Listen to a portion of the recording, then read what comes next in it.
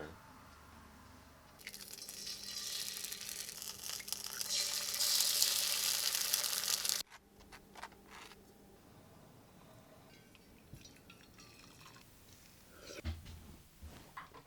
Yeah, that's my good boy. You ready for All right, this? let's do this. Let's talk about it. You remember your lines. All right, guys. So today marks, well, really, this is Sunday, so test was technically over yesterday. This is the end of the test, and this video is going to be all about how that test worked out for us, what we were really doing, what we were trying to find out, and yeah, it was a pretty good. I feel like it was a pretty good test. It wasn't scientific by any means, but it was really more of a, can we really do this? Can we even come close to beginning to, living off grid in the way that we're thinking of? So this is what this test was really all about. Yeah. So first we want to talk about some of the parameters of the test. Full disclosure, we did not use the solar panels and solar power for AC or heat, which isn't a problem because we're not going to have air conditioning in the bus, and heat's going to be this guy back here. We also didn't use it for lights because we haven't chosen our lights yet, but I imagine they're going to be some pretty low wattage string lights. Yeah, we know that we're going to be getting some really low wattage LEDs to use pretty much all the time, so that shouldn't be an issue. Mm-hmm. We also did not use it to power a wireless router, a water pump, which we haven't chosen a water pump yet, or the Nature's Head fan. So, disclosure, those things were not a part of this test. And aside from the water pump, that's really not going to be on all the time. We knew that those accessories were going to pull fairly low wattage. Together, it might be somewhat, significant, but for the most part, they're not going to be used all the time. What this test was really all about was we wanted to see how our heavy hitters were really going to do. Our laptops that we have to use for work, the fridge that we obviously have to keep food in, and so those, charging our phones, charging iPad, camera batteries, cameras, iPad. yeah. So charging all of those things that have a really large draw that we need to charge frequently, that's really what we wanted to get a ballpark for. And then using that information, we can get and make informed decisions about other smaller accessories. Yes. Oh, and there's one thing I forgot. We did work in the bus this week and used power tools and stuff. That was not a part of this test because I don't think that's going to be a part of everyday life. Not everyday life. We can use it, but we might have to make some power decisions based off of how often we use it. Yeah, when we use stuff like that, it's probably when we're driveway surfing. Yeah. These are the tests. So what we'll do is we'll talk about each appliance that we tested or each set of things that we tested, and we'll talk about the pros and the cons of each one. All right, so we'll start with cooking. I want to start with the cons of cooking. One of the cons of the marine alcohol stove is it's fueled by the denatured alcohol, which does have a slight smell. It's not overwhelming. It's not unsafe to smell it. And once you start cooking, it goes away. Yeah. Once you start cooking it, the food overtakes it. It's really not that bad of a... It's not bad. Wanted to mention it. Yeah. Also, something we hadn't thought of before was that it's going to be a little more of a hassle to reheat leftovers. For our entire lives, we pop it in the microwave and nuke it. Well, you can't do that. We're not going to have a microwave. So yeah, you have to get a pan out and reheat food, and then you have to wash those dishes or eat right out of the pan, or so it's a little bit more of a hassle. But we discovered that and we worked around it. But it was and that's why we did the test. So but that could be thought of as a con. Another thing we noticed, because the flame in the Origo is more centralized, it creates a hot spot in the pan instead of being that widespread, propane range or whatever. So, but it is a con, but you can use it to your advantage, really. If you want to keep some food warm, you can push it to the outside of the skillet or whatever. You just have to be aware of it. Yeah. The fuel that we used, the denatured alcohol, again, it wasn't a scientific test, and one of the alcohol containers was not completely full when we started the test, and so we ran out of that particular container during the test, so we had to refill it, and we discovered that not all denatured alcohol containers are made equally. Yeah, that's not going to be good. They're not really designed for pouring, and so we had some difficulty with filling it, just in terms of just getting the alcohol in there. Once it's in there, it's easy squeezy lemon peasy, but just pouring it in, we need to find a funnel, funnel. or getting a certain kind of container that is more easily poured, or some Yeah, other method. the bigger alcohol containers are hard to pour, and we made a mess, and that was a little dangerous. Fortunately, it evaporates quickly, but we had to clean up quickly and make sure the dogs didn't get to it. Yeah, because it is poison, and so we want to make sure that it's pretty important to take care of. Yeah. But we know what we need to do now, so that's not such a problem. Moving on to the pros of cooking with the Origo. It was pretty easy. It really wasn't all that different than how we usually cook. I liked that it was safer than propane. I liked that it's safer in that propane's pressurized. You can't really use an entire little propane system or camping stove inside because the fumes are dangerous. And so using this, we could test the entire thing indoors and have all of the parameters in check, and we weren't concerned with safety, and it was fine. Yeah. It was really easy.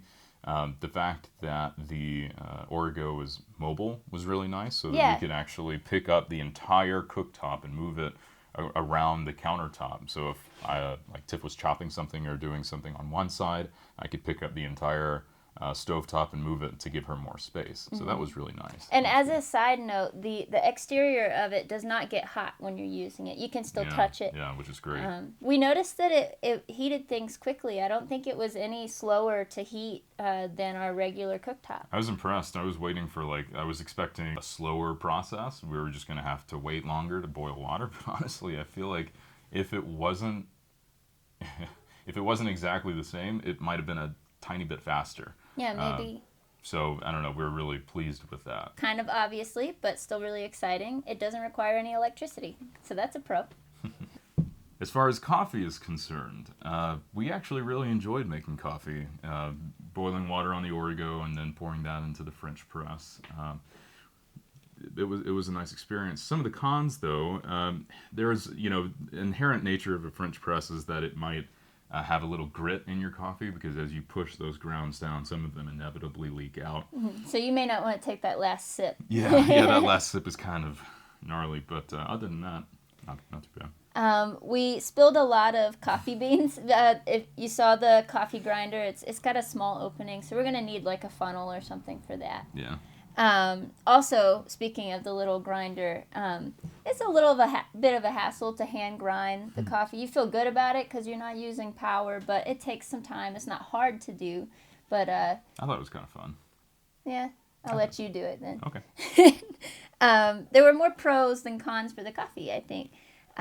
One of them being that the taste was better, and part of that is because we usually use ground coffee because we were lazy. Yeah, we would buy ground coffee at the store and then make that. But really what we were able to do this time is have whole beans. We'd grind them in the coffee so they're fresh ground, pour that in, and it had a better taste. Yeah, and it also had a better taste, I think, because with our electric coffee maker that we leave on for 4 hours every morning, it kind of gets a burned taste after a few hours, and there was none of that in the French press. So I liked that. Yep. And also, too, in the morning when we use the French press, it can hold about 6 cups of coffee, and usually that's enough for us. But every now and then, if we're dragging on in the middle of the day, we want a couple more cups of coffee, but we don't necessarily want to make a full 6 cups or even 4 cups. We might just want a single onesie-twosie, and so what we use is a GSI filter, GSI reusable filter, or coffee filter.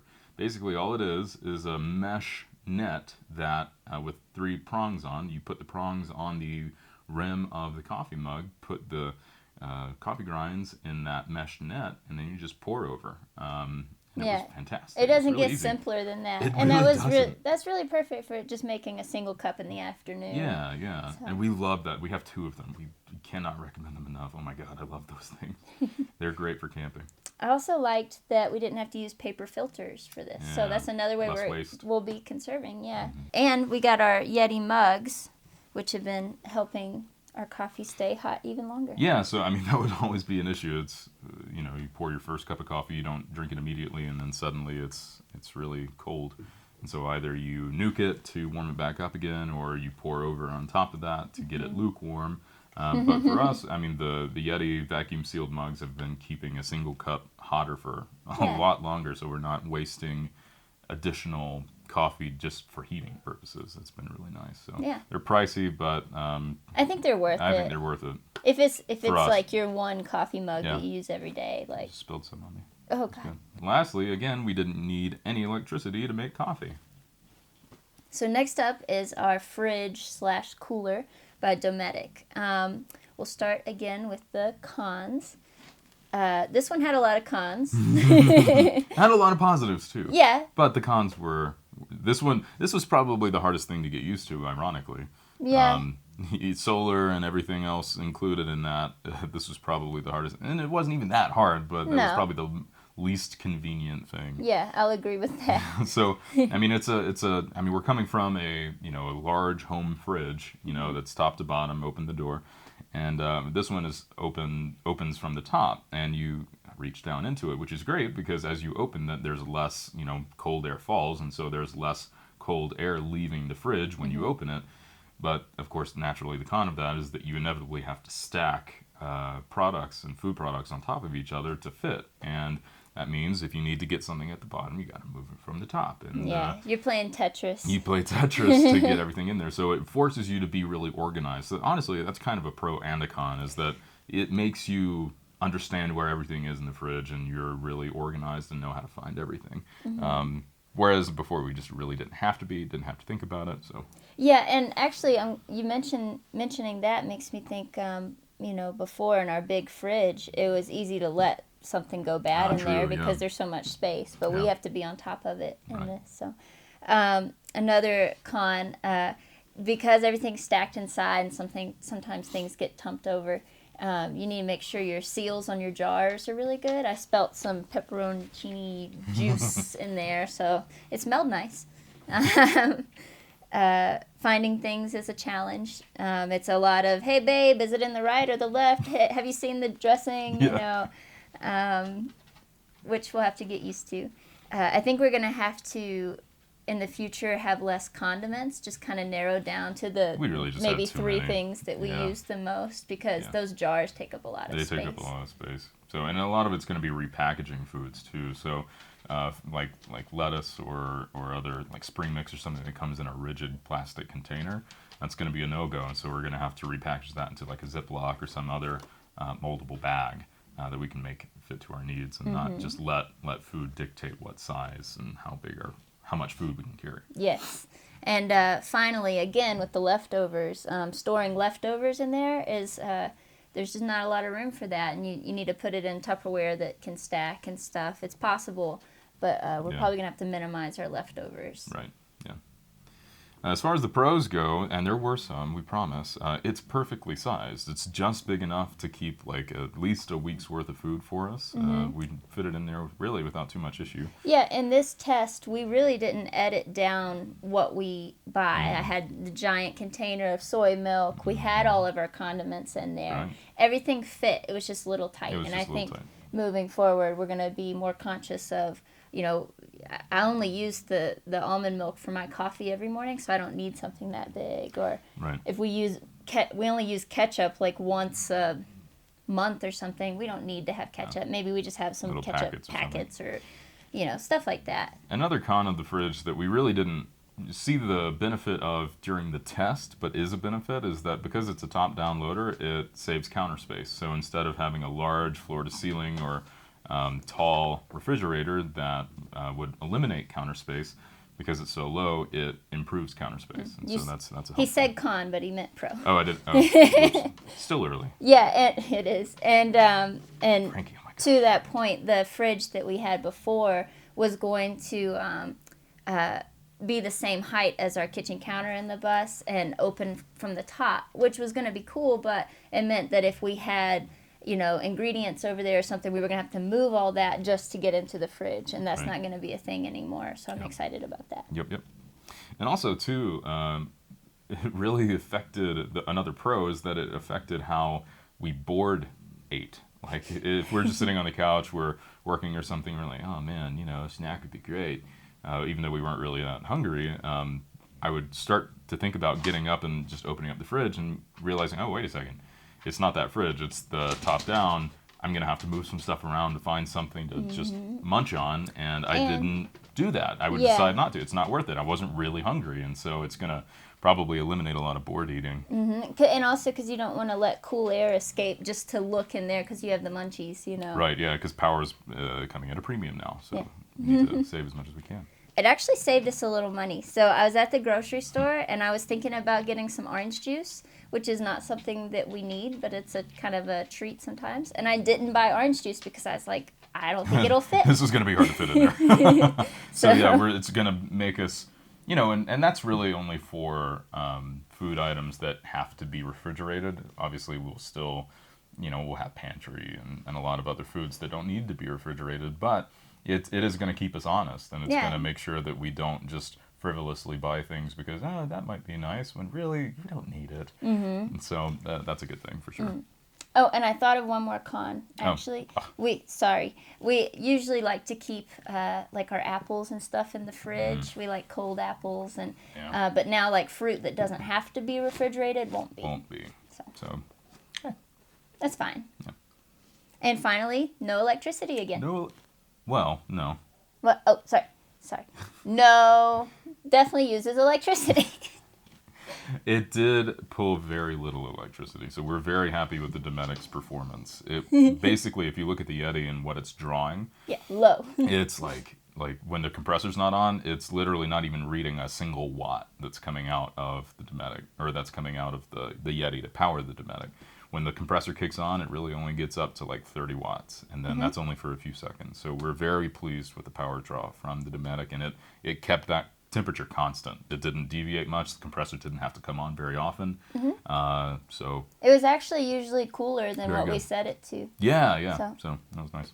So what this test was mostly about was power. This is easily the most important thing in the bus. If we don't have power and we can't have reliable electricity, then we can't be out on the road for as long as we want to. And so this was really what this test was mostly about, and we were pretty pleased with the results. What we decided to do, like we mentioned in our last video, we decided to go with the Goal Zero Yeti 1400 as our main source of power. And we also have a Goal Zero 400 battery system as well, sort of like a backup and as a more mobile solution to the 1400, because the 1400 is pretty large and they're both pretty heavy. As far as solar goes and actually generating that electricity, we have a Boulder 200 briefcase, which is 200 watts of solar, and then a 100 briefcase, which is 100 watts of solar coming in, sort of dedicated to the 400. The 200 watts is dedicated to the 1400, so the larger battery bank. At first, the first day, it was partly cloudy. In fact, of the 5 days that we did this test, only one of the days was really sunny all day long. Most of them, it was kind of sunny in the morning and then got overcast very quickly, or it just became extremely overcast and rained and snowed on us. And so that was really good, actually. That was a good part of the test. We wanted to see what it would do in, less than ideal conditions, because we're not going to have sun all the time, obviously. And we didn't pay attention to the weather before this week, so we didn't know what to expect. And what we found was that, on days where it was cloudy, in the morning we could pull anywhere from 15, well, really anywhere from nothing if it was really cloudy in the morning, from 0 to like 30 if it was pretty overcast. So that was sort of the low end in terms of an overcast day. For the days where we had direct sun, or parts of the day where we had really good direct sun, our peak input was 185 watts coming in off of a 200 watt solar panel. So that's pretty good in terms of efficiency. And in fact, that is from one panel. We never combined. No, we never connected them in series. Or added them together to So. So that was good. So what we found was that over time, obviously it would deplete, but usually, especially if it was sunny, we would often make more electricity. Even off of that 200 watt panel, we would make more electricity than we were actually using.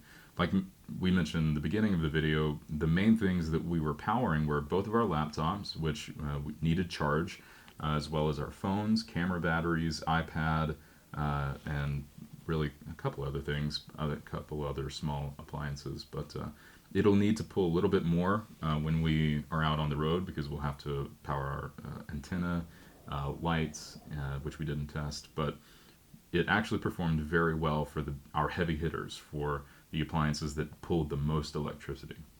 So we're very pleased with it so far. But here are some specifics. Here are some cons. Let's start with the cons. So there was a little bit of anxiety about the percentage. There is no sun out today, and we're looking at the 1400, and we're like, okay, are we going to run out of power today? What can we use? Is this going to be enough? If it's dropping quickly, we're like, oh man, this is bad. So a little bit of anxiety about how much there was, but I think that will be alleviated over time as we come to understand how it behaves over time. Once we get used to it and we say, oh, okay, well, tomorrow is going to be sunny, so we can, if it's depleted, they can charge back up. We can rest easy. We can rest easier knowing that we're going to have good weather coming up. And it's really interesting how it made us think about weather, and because being in a Skoolie, we're going to have to look at the weather all the time, just in terms of safety, flash floods. If there's storms coming, we need to know that. But also too, we're going to know if we have electricity or not. So that one can be a pro and a con. That can be a pro and a con, really. Another kind of point of anxiety, just a little bit, was just that you want to watch your device's charge level so that you don't keep things plugged in longer than they need to be. Exactly, yeah, and that's another kind of pro and a con. So we're conserving electricity, and we're not charging things when they don't need charge. And so that was kind of a benefit, but also something that you had to constantly bear in mind so you didn't waste it. So pro and a con. So we also had another con really was that we had to move panels throughout the day. So as the sun, rose and set, and we had to rotate the panels to accommodate for that. It was kind of difficult in our test because we're living in a house right now, and so we have to take into account like where the solar panel is in relation to the sun, and also in relation to the length of the cable that we have to the 1400. And also there's a tree in our front yard that we have to navigate around. We only had one extension cable for our solar panels, and that was for the Boulder 200 kit for the 1400. We did not have an extension cable for the 400, and so the 400 was really just tethered in one spot, and we were sort of at the mercy of the angle of the sun at any given time. We couldn't really rotate it much. But with the 200 kit for the 1400, which is really more important because that's our main battery bank, we had a 15-foot extension from goal zero, so we could just move it around as we needed to, and that made it pretty easy. But it was still kind of a hassle to go out and rotate them and keep track of everything, make sure they're clean, that kind of thing. Now, some of that will be alleviated when we're in the bus because that 200 kit is going to be permanently installed on the roof, but we'll also make it so that it can be tilted. So we'll have to consider when we park the orientation of the bus and make sure that we can, it's like south facing, depending on the time of year. So we'll just need to make sure we know where we need to be in that case. How many times do you think you move them in a day? I probably move them 3 times a day. Okay. So one morning, midday, evening. And because of our limited range there with the cords and the fact that we have like a front yard and a backyard, and we were working with the Yetis like from a window, so we just like literally couldn't go very far. So because of that, I think in the bus we'll actually get even more input each day because we'll hopefully be able to move it all the way around the bus if needed. Yeah. With the changing light. So right. Also, we did have to make sure that the panels were clean. One day it snowed and rained, and that was at the lowest point. The battery was at the lowest point on those days, and so we had to make sure that we were gathering as much sun as we could. So I was out there somewhat frequently cleaning the panels off, and it was kind of fun. Honestly, I'm not gonna lie.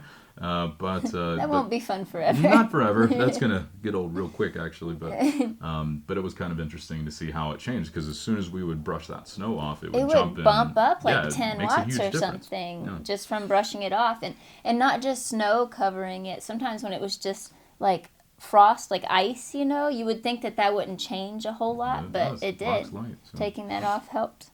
And then lastly is con is the security.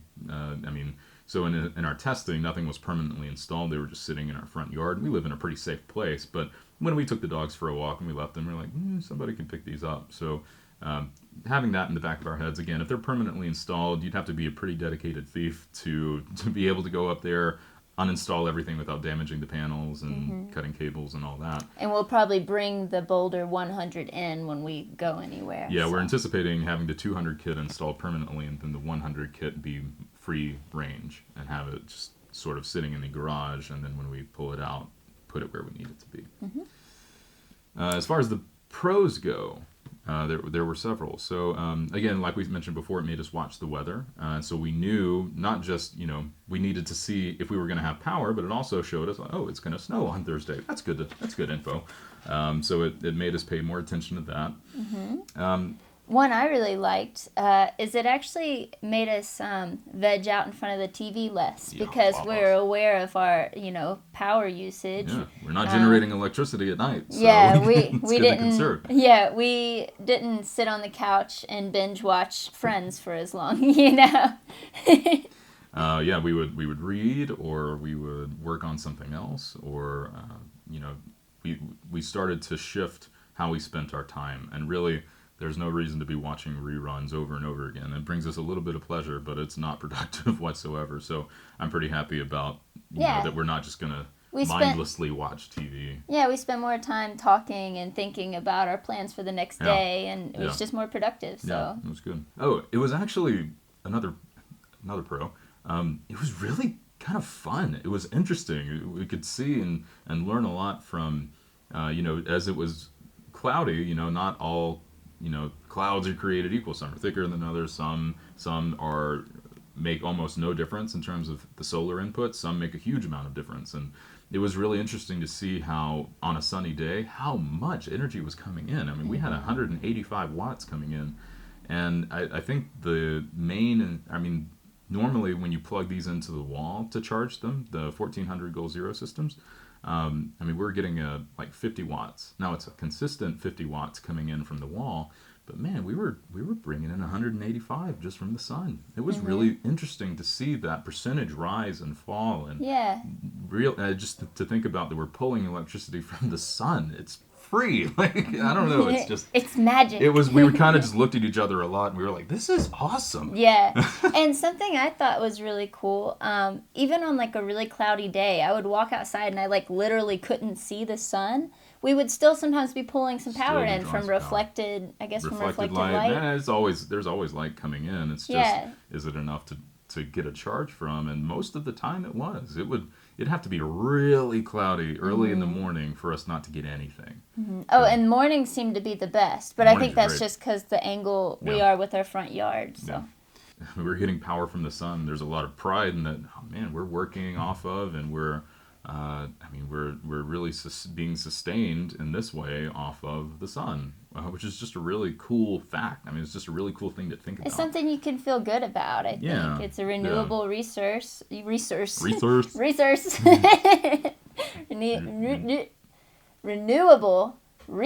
Atta girl. Thanks. So yeah, that was really interesting. That was very cool. So the test, I would say, over the 5 days was a success. Yeah. The power, the lowest point that the 1400 got to was 58%, and that was after a really cloudy day. A day and a half, really. Yeah, a day and a half, true. Of snow and rain and overcast all day long. It got down to 58%.